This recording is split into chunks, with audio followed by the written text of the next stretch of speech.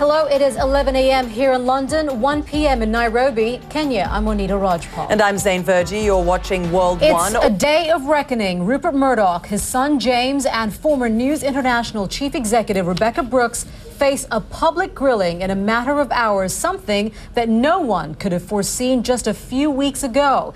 For the Murdochs, it may be the most important moment of their careers. With their media empire at stake, Britain is demanding answers to a host of questions about phone hacking and links to the police. The key issue, who knew what and when? Shares in News Corps rose in Sydney today, fueled by media reports that Rupert Murdoch was considering a long-term plan to step down and take out of that as the trial of the court of public opinion, as Richard has just said. Well, today's proceedings put a spotlight on the work of the select committees of Britain's Parliament.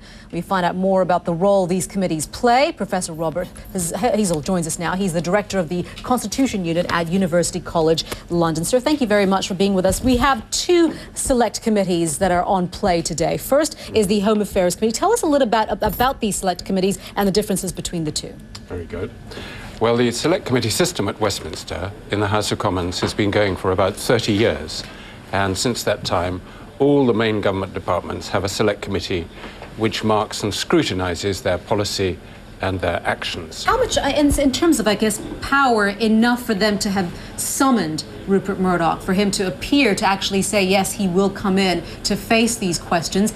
I guess that in itself is quite symbolic, the fact that he's for such a powerful media mogul to be in front of these MPs to answer these questions. Does it show that this committee actually does have something to say? Oh, indeed. For today's purpose, their powers are very equivalent to congressional committees because they have the power to send for persons and papers. Needless to say, it should be fascinating to watch. Professor Hazel, the director of the Constitution Unit at University College London, thank you so much. Welcome back. As the world population continues to rise, so too are concerns about food production, boosting agricultural output, especially in developing countries, and without damaging the environment, has become an important issue for many nations.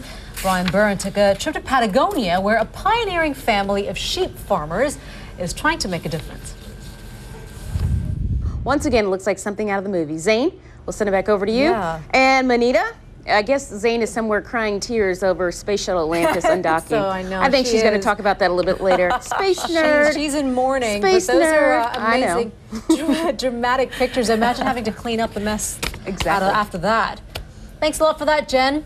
You're watching World One live from London, where in just a few hours, Rupert Murdoch will face off with a committee of MPs investigating the phone hacking scandal. British legislators are gearing up to question Murdoch, his son. Here's a look at some of the key players at the hearings today. First up will be this man, Paul Stevenson. He resigned on Sunday as the chief of London's Metropolitan Police. He says he behaved ethically but decided to step down because of increased scrutiny of his conduct and his police force's actions. Also appearing before the Home Affairs Select Committee will be Dick Fedorchio, the Metropolitan Police Director of Public Affairs, or their spin doctor. He's responsible for promoting the public image of the police and now has some questions to answer about his role in the handling of the phone hacking inquiry. Then up next appearing will be John Yates, the Metropolitan Police Assistant Commissioner. Yates came under fire for his handling of the scandal and his decision in 2008 not to reopen inquiries into allegations against Rupert Murdoch's News of the World. He resigned on Monday.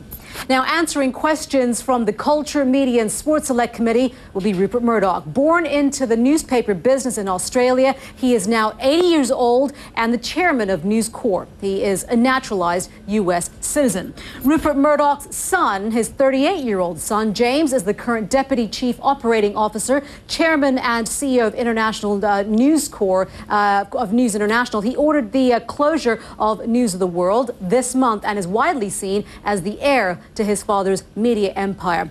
And finally, this woman, Rebekah Brooks, she served as News of the World editor from 2000 until 2003 and resigned as chief executive of the paper's parent company, News International, on Friday. Brooks was arrested Sunday for questioning over phone hacking allegations and released the same day.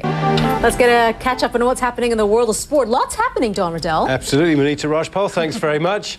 Japan's footballers have returned home as national heroes or heroines heroines following their thrilling victory in the Women's World Cup final. This is mostly on the Murdochs, but London's top police officers will also have to answer questions.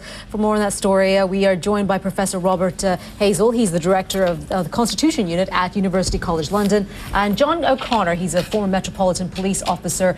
He joins us from outside Parliament. Let's begin with you, Professor. The fact that the Home Affairs Committee will be asking questions of, top police officers, former top police officers, I should say. Now, how significant is that?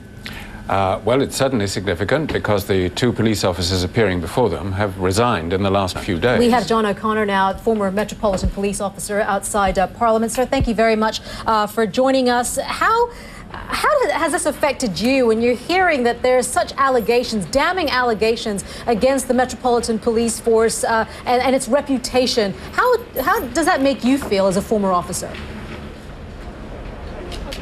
Well, I think there are more allegations than that because at an early stage... Thanks for watching. This has been World One, live from London. I'm Zain Verjee. I'm Monita Rajpal. Our continuing coverage of the hacking scandal continues after the break.